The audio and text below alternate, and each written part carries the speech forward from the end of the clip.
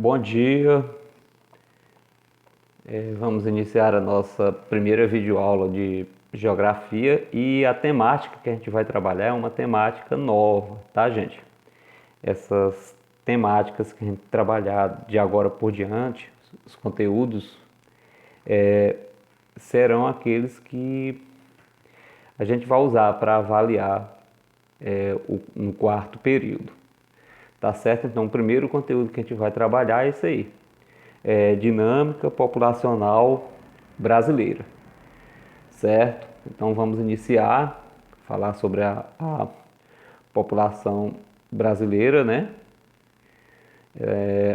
E entender, né?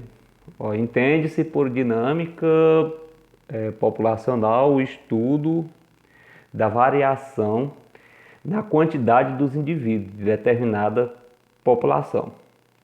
Por exemplo, o aumento da população de um país, ou se for de uma forma geral, da população mundial, né? O aumento ou a diminuição, ou estabilização do crescimento populacional.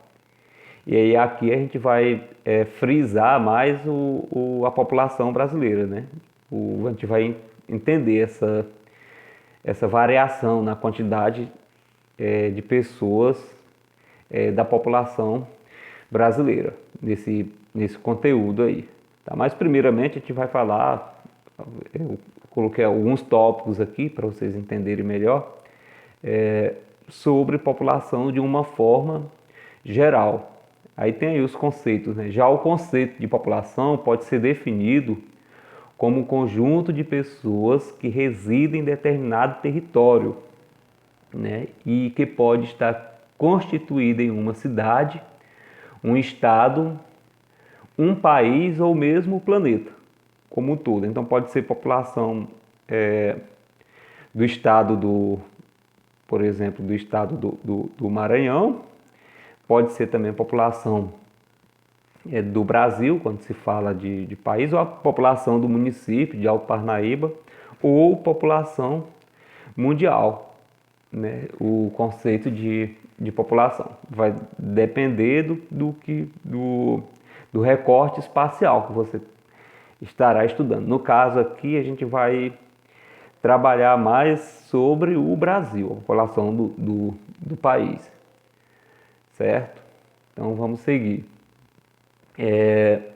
E aí tal população pode ser classificada ainda segundo, olha aí, a gente pode, dentro da temática população, aí ela pode ser classificada segundo a sua religião, segundo a sua nacionalidade, segundo o local de moradia, quando se fala população urbana ou população rural, população ativa ou população inativa, quando se refere à atividade econômica, e os seus respectivos comportamentos, né? São objeto dos denominados indicadores sociais, que são que é a estatística destinada a traduzir em uma grandeza quantitativa o conceito social abstrato e informar algo sobre certo aspecto da realidade social.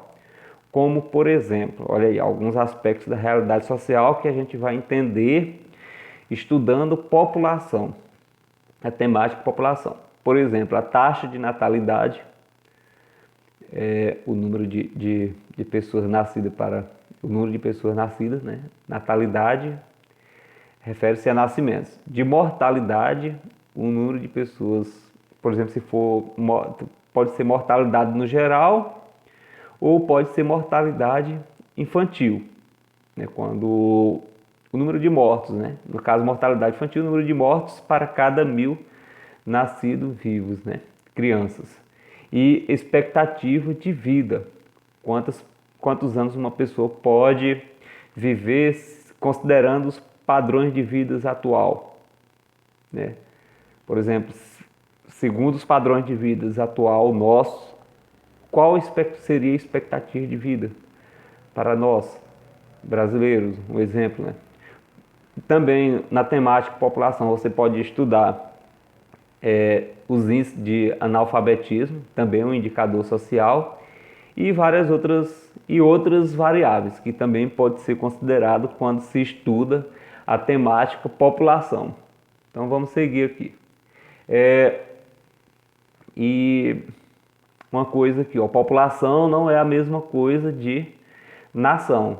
A população de brasileira, a população brasileira, né? A gente não pode confundir o termo população com o termo nação, não, né? Que aqui diz que o conceito de nação é definido como o conjunto de pessoas que repartem a mesma história.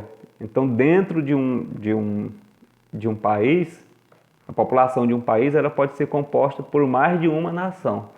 Por exemplo, vou citar o exemplo do Iraque, né, um país lá do Oriente Médio. Tem a população do Iraque, são todas as pessoas que vivem dentro do Iraque, e tem as nações que compõem a população iraquiana, como por exemplo a nação curda, que tem sua própria cultura, que tem sua própria história, né? E que é diferente, as suas características são totalmente diferentes do restante da população iraquiana. Então o Iraque tem mais de uma nação, sua população pode ser formada por mais de uma nação. Aqui no Brasil tem as nações indígenas, né, que têm suas próprias características, né, e o restante da população brasileira. Então em um país pode ter mais de uma nação, tá ok? Às vezes até falando com línguas diferentes. Aqui no Brasil também nós temos o povo cigano, que tem suas características culturais, história particular a eles, somente a eles, né? Então podemos dizer que no Brasil existe a nação brasileira, que é a grande maioria, e algumas outras nações aqui presentes, como eu citei aqui o exemplo da nação cigana. Mas o todo, juntando todas as pessoas que moram aqui no Brasil, que vivem aqui no Brasil, formam a população brasileira. Tá bom, gente? Então isso é só para uma questão conceitual mesmo, para vocês entenderem que população, o conceito de população e nação não é a mesma coisa. E continuando aqui, ó, no passado a dinâmica populacional foi muito associada às ideias de explosão populacional, recebendo grande atenção os trabalhos de Thomas Malthus relacionados à problemática que procuravam alertar sobre o crescimento desordenado da população e a inevitável escassez de alimentos e recursos que tal crescimento traria.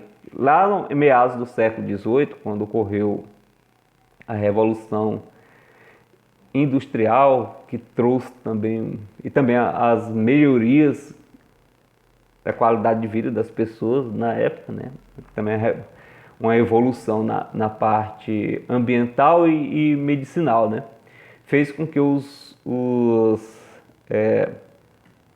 índices de mortalidade se despencassem. E ao mesmo tempo o número de filhos por casal na época era muito grande, né? O que fez com que a população crescesse assim, em questão de décadas, de forma espantosa, vertiginosamente, ou seja, de forma espantosa, o que gerou preocupação e fez com que alguns especialistas buscassem uma explicação para isso. E o Thomas Malthus ele foi muito pessimista em relação ao crescimento da época, o crescimento populacional. Ele chegou a dizer que se a população continuasse crescendo no ritmo que estava crescendo na época e a produção de alimentos continuasse também no mesmo ritmo que se produzia na época, poderia faltar alimento no futuro. Naquele tempo não tinha ocorrido ainda a evolução tecnológica no campo, na produção de alimentos, né? E aí ele imaginava, ele colocou isso aí, escreveu, desenvolveu uma teoria, né? E propôs isso aí, né? Que se não tivesse uma redução do crescimento populacional, poderia faltar alimento no futuro, certo? certo, gente? Só que veio a Revolução Industrial e o crescimento e o florescimento da tecnologia, especialmente nas áreas de produção, conservação e transporte de alimentos, e os estudos de maltes caíram por terra, né?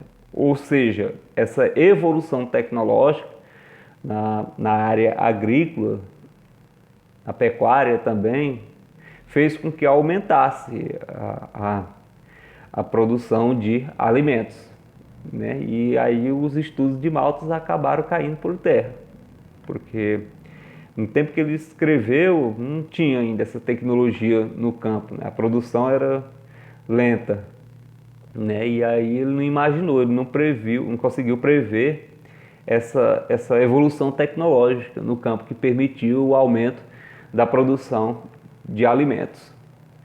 Isso lá no século XVIII, século XIX, gente. Essa teoria de maltos, ela teve grande repercussão. Tá ok? Então eu vou parar essa videoaula aqui e já eu preparo a próxima.